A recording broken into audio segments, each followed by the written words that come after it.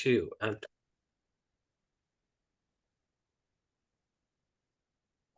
hello, All right. Roger. How are you? I'm doing very well, Nizam. How about yourself? I'm doing good too, and thank you very much for giving me this opportunity to interview you. I'm happy to do this. Great to meet you. Yeah, great meeting you too, Roger. So, friends, we have Roger Moore here. He is the founder and director of Roger Moore Institute of Hypnotherapy. He has been in the profession of counseling and human services since 1973. Roger holds a master's degree in applied counseling psychology and has more than 9 years of graduate studies in behavior science. Roger is the author of Becoming Slender for Life and regularly presents at the International Medical and Dental Hypnosis Association Conference, the International Association of Counselors and Therapists, and at other national conferences. He is the owner and director of the weight loss hypnosis program, Slender for Life, and has assisted thousands of people in moving towards their goals. He is a member of the International Medical and Dental Hypnosis Association, the International Certification Board of Clinical Hypnotherapists. So let us know more about Roger's journey with hypnotherapy directly from him. So Roger, how did you get into hypnotherapy?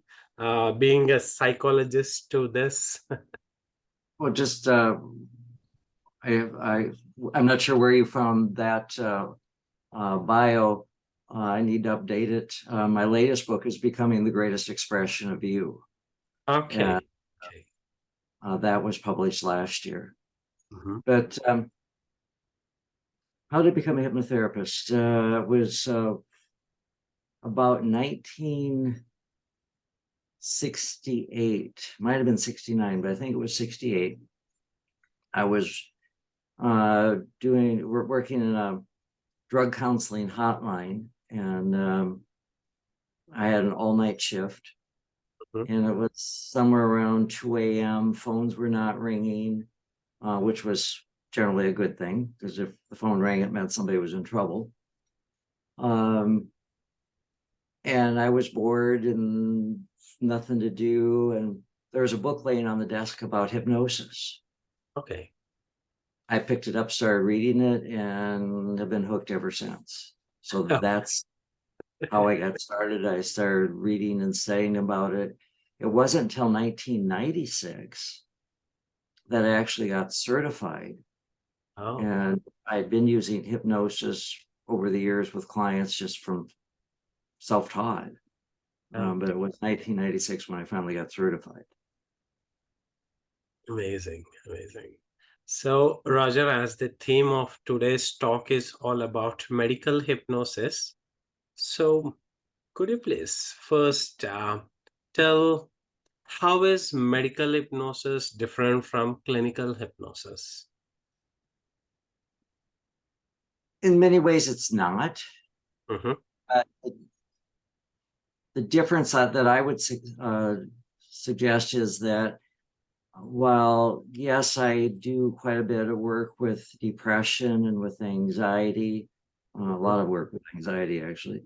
I don't do very much. I don't do any relationship counseling anymore.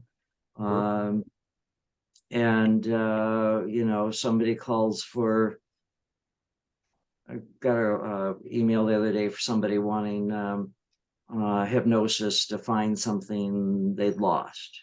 Okay. And I put them on to somebody else because I just don't do that stuff anymore. The work that I do is very much about medical issues like autoimmune diseases, cancer, Parkinson's, end of life, still do some weight loss, but it's very targeted, very specific, and it's integrated, meaning that I work very closely with the medical community. Okay. And it's not, what I do is not instead of a replacement for medical care. It's not unusual for me to be in the booth with a radiologist while somebody's receiving radiation or getting their tats, their markings for radiation.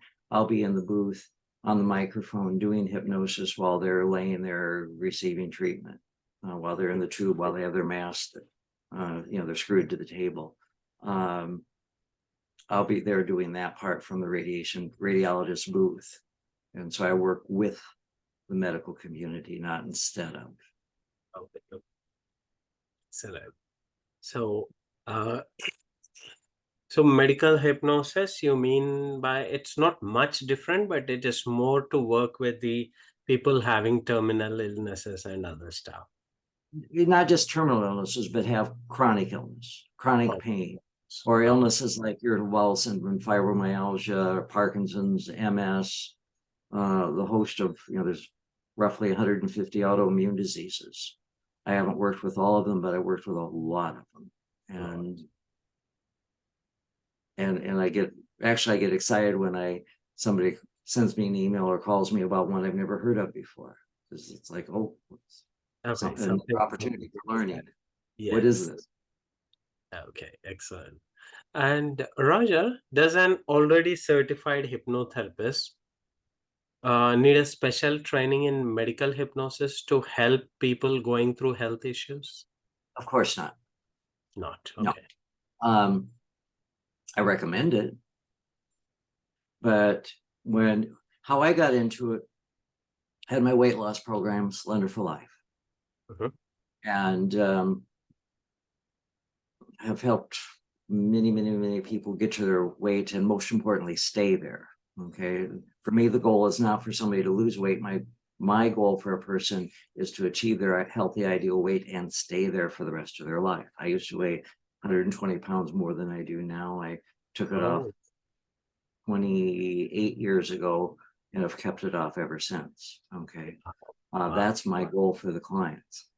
But having said that, as I was just almost exclusively doing weight loss for many years, people started coming back. I just got a cancer diagnosis, or I just herniated a disc in my back. I'm in chronic pain, or they refer a friend or a relative with IBS or FMS, and I had no clue how to approach these things or what I was doing, but I was willing to learn and have the biggest learning comes from the clients themselves anyway, and Yes. have the person teach me what it was they needed. And it was, from that background experience, Kelly Woods and I created a cancer program, a cancer training. She and I created an end of life program. And more recently, the last 2 years, been working with Tracy Barrett Adams, and we have the integrated medical hypnosis program, which is a 12-week course, 2 hours each week. Plus, people have homework, reading, and videos to watch during the week. It's an extensive training program on how to work with medical issues and work within the medical community. And the goal of the program is to teach people who are already hypnotherapists how to do this. We don't let anybody into the program that is not already a hypnotherapist, because we're not teaching hypnosis. We are also right now, in fact, we're working on doing some recording again this week, creating a program for medical people who are not hypnotherapists, and we're teaching them hypnotic skills, hypnotic languaging, so that rather than telling somebody as you jab the needle into them, this is going to hurt or this is going to pinch, rather than focusing on how much pain are you in, we're teaching them to start focusing on comfort and giving relaxing, calming, soothing words versus stressing people out before you take the blood pressure taken. Oh, awesome. Awesome. That's something relief to hear. Yeah. Yeah, that's a great thing. And Roger, as you have worked with wide variety of health issues over the decades. So, could you please tell, does medical hypnosis help in healing terminal illnesses? It helps a person to heal, but not cure. Sure. Okay. Okay. Okay. And, we've probably all seen miracles happen, Yes. but uh, I never claim, and in our courses, we keep emphasizing that we do not claim to cure Sure. anything. Okay. But we can help people to heal. Mm. They can heal hurting heart. They can heal a broken relationship. They can heal the loss of faith. They can alleviate suffering. That suffering is optional. Okay. A person may experience discomfort in their body, but once that signal's been recognized and people are doing something about what caused that signal, there's no reason for that signal to continue. And it's no longer needed. Um, Michael Elner taught us that our bodies are made to be healthy, and they are made to heal. And from its roots, heal means whole or wholeness.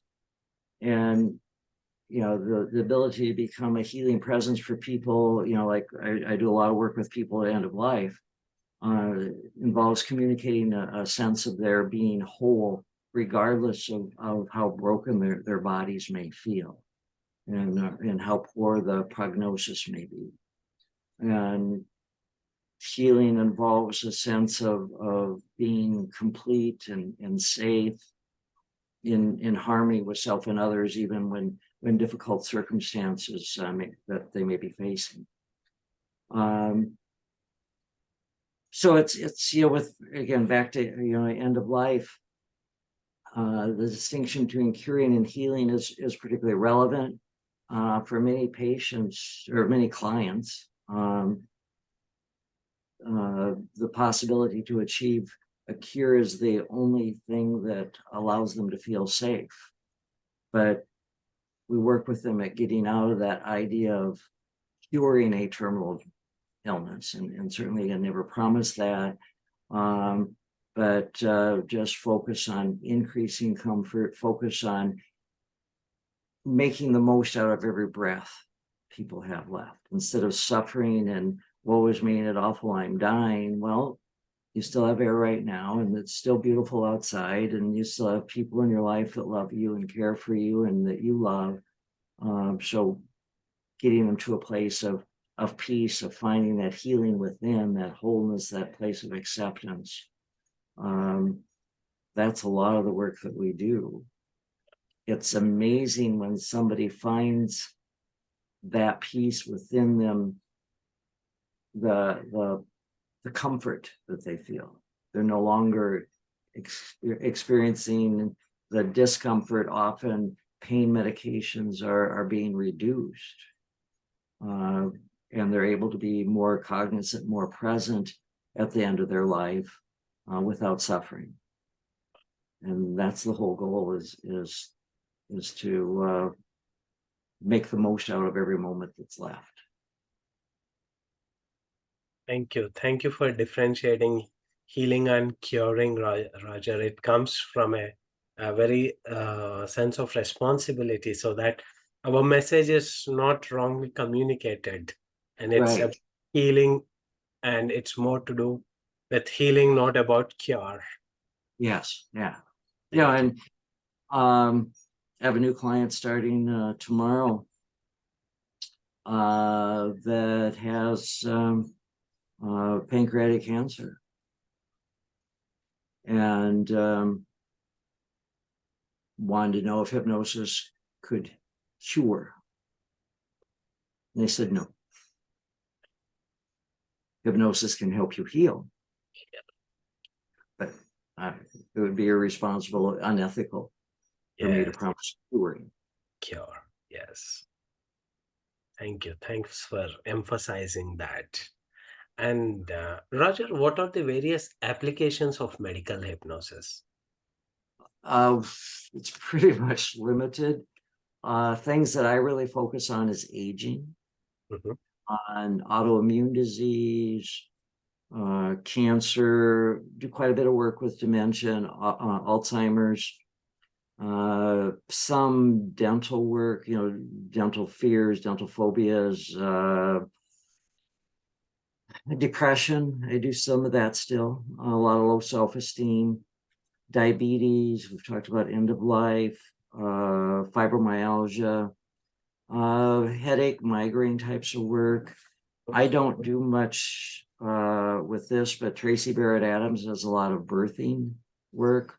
I generally refer, somebody calls me about wanting help with their pregnancy. I almost always refer them straight to Tracy because that's what she does. Irritable bowel syndrome, neuropathy, non-organic male impotence, quite a bit of work with sleep disorders, weight loss, and then anxiety, stress is almost a given. And with every client, when you get a diagnosis of cancer or Alzheimer's or Parkinson's or whatever it might be, the other thing I do quite a bit of is COVID long haulers, long COVID. But when you get a diagnosis like that, or you've had COVID, it's trauma. And rather than focusing on the trauma and reliving the trauma, my goal is to get people to focus on post-traumatic growth, not on the stress. And so it's okay, this has happened, this diagnosis, helping them move through that diagnosis, moving through the illness and what's after the trauma, Oh, and using it as an opportunity, a learning experience. so- And is this medical hypnosis helpful to the cancer patients, Roger? Oh, very much. Mhm. In Yeah. what way? Do quite a bit of work with dealing with side effects. One woman that I've seen her 4 times now, I think, has a terminal diagnosis. Has been told that she has up to 2 years, and she's a fairly young mother. Her oldest daughter is 12 and her youngest is 10. And she's just started the chemo, the radiation, or she went through the chemo, and now she's in radiation, and was told that this aggressive treatment that she's receiving has a lot of horrible side effects. And we worked at changing that story. And so far, she's had very minimal side effects. And and she also had emetophobia, scared to death of vomiting, and she was told she was going to be puking her guts out. No, none. Beautiful.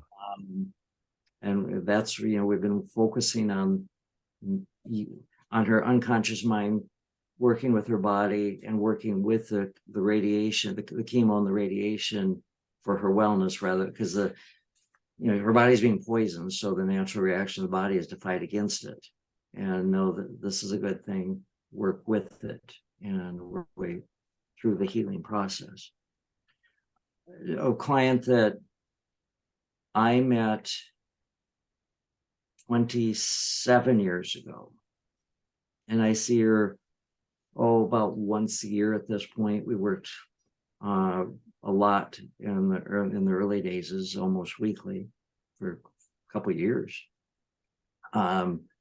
But 28 years ago, she was given a terminal cancer diagnosis and was given 2 to 3 years to live. And here she is all these years later. She still has terminal cancer. Okay. She still has it. The cancer has not gone away. Okay. But she's alive She's alive. and living a very active life. And one of the things that is so important in working with somebody with a terminal illness is hope.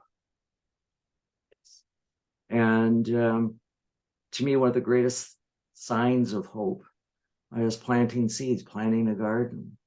Yes. And she sent me an email the other day. She's in Washington State, and she sent me a picture of her garden with snow on it, Okay. and a picture of the seed catalog, because she was sitting there ordering seeds for her garden in the spring. And that's, to me, that's true hope. And here she is all these years later, still living with a terminal diagnosis. Amazing. Awesome. And she's very faithful with her self-hypnosis. Yes. That's a beautiful case study. Thank you for sharing it, Roger. Yeah, she an amazing person, and just stays very joyful. And yeah, there are times where she may have a setback, and I'll get a call or an email. I need a session or two. Having a problem, and she's going through some physical thing with the cancer, and we'll do a few sessions, and then she's back. Wow. And Roger, some people who are about to undergo surgery have lots of fears in undergoing and all that. So and after surgery also they are in pain. So it depends on each person what kind of surgery they are going and how the surgery went and what kind of stories they have heard about the surgery and all that stuff. So is medical hypnosis beneficial for the people pre and post surgery as well, Roger? Absolutely. And I forget what year this study was, but the American Cancer Institute did a study that showed that women who had never experienced, women who had breast cancer, who had never experienced hypnosis previously, they did one 15-minute session of hypnosis. They required less anesthesia, less analgesia. The surgery was on average about 8 minutes shorter than normal. And they had less pain after surgery, required less medications, and had a speedier recovery than the women who did not have that one 15-minute session of hypnosis. So that's just one study about the benefits of hypnosis before surgery. And so anytime somebody calls me about some surgery coming up and could we do some hypnosis around it, I get excited because I've never not have somebody have great success coming through the surgery. And a lot of it is alleviating the fears. Because when we get scared, then our bodies tense up and tighten up, and then we're tightening all the muscles, and we're aggravating discomfort. We're increasing the pain. But when we can relax our bodies, the muscles relax, and comfort increases and discomfort decreases. And stress also affects the immune system and the body's ability to heal. The more relaxed we are, the better the immune system can work. Amazing. Makes sense. And how about IBS, diabetes? These are mostly like emotionally triggered. They see the symptoms aggravating, Roger. So, does medical hypnosis help in such situations? Absolutely, it surely can. And not only just with the stress and anxiety around it, the trauma of it, but also helping people to make the eating habit changes. Okay. Somebody with that's got IBS can't be living on Diet Coke and or any diet beverage, and they should not be eating dairy products. careful with other animal proteins, helping them make those lifestyle changes and boosting the immune system to be able to designate healthy cells from non-healthy cells, the ones that mirror, and create that change within them so that their body can heal. And I've had people with Graves' disease and other illnesses that today are claiming they no longer have it. Okay. So that's possible. Amazing. The thing that I always tell folks is, do you really is the goal really to be totally free of a disease and illness, rheumatoid arthritis or whatever it is? Or is the goal to be symptom free? Okay. And somebody might go through all the tests and have a doctor confirm, yes, you have Parkinson's, but they no longer have the symptoms of Parkinson's. Then my thought on that is, well, who cares? As long as they're living an active lifestyle and they're no longer having the tremors and their speech interrupted, the speech issues that come with Parkinson's, or the walking, the gait issues with Parkinson's. If they're living a healthy, active life, all right, maybe their body says they still have it, but if it's not active, then that's okay too. Yeah. Awesome.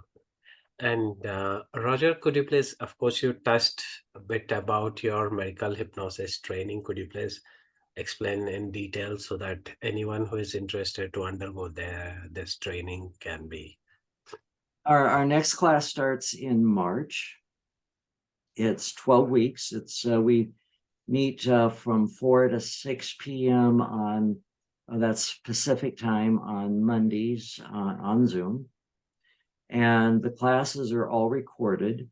So we do have people in other time zones. I don't think we've not had anybody yet from India, but certainly from Europe and from Australia, from other time zones, or even here in the States where work conflicts or other they couldn't attend class live. Each class is recorded and they can attend online during the week. To us, it's important that people keep up, and because it is a certification course, ICVCH certification in integrative medical hypnosis. And so we encourage people, okay, you didn't make class, but make sure you watch this video. You're recording. Okay. And right away and get your homework done. Every week there's written homework, which ultimately is there's no final exam. It's their weekly homework is the exam. And when people have completed all homework, completed the course, then they do need to be a member of ICVCH, and then they can be certified as an integrative medical hypnotherapist. And it's a fun course. It's about the only thing I'm teaching anymore, because it's just a fun course and I'm enjoying teaching it. And I teach with Tracy Barrett Adams, who is an awesome co-teacher, excellent hypnotherapist. Thank you. Thank you very much, Roger, because, I come across this discussion about medical hypnosis often. So a small talk around what exactly is this medical hypnosis? How is it going to help individuals, and how this training going to benefit to already certified hypnotherapists? So I just wanted one reach out to an expert. And thank you once again for giving the complete picture of medical hypnosis and how it is beneficial. Thank you very much for this. You're welcome. Thanks for asking. Thank you once again.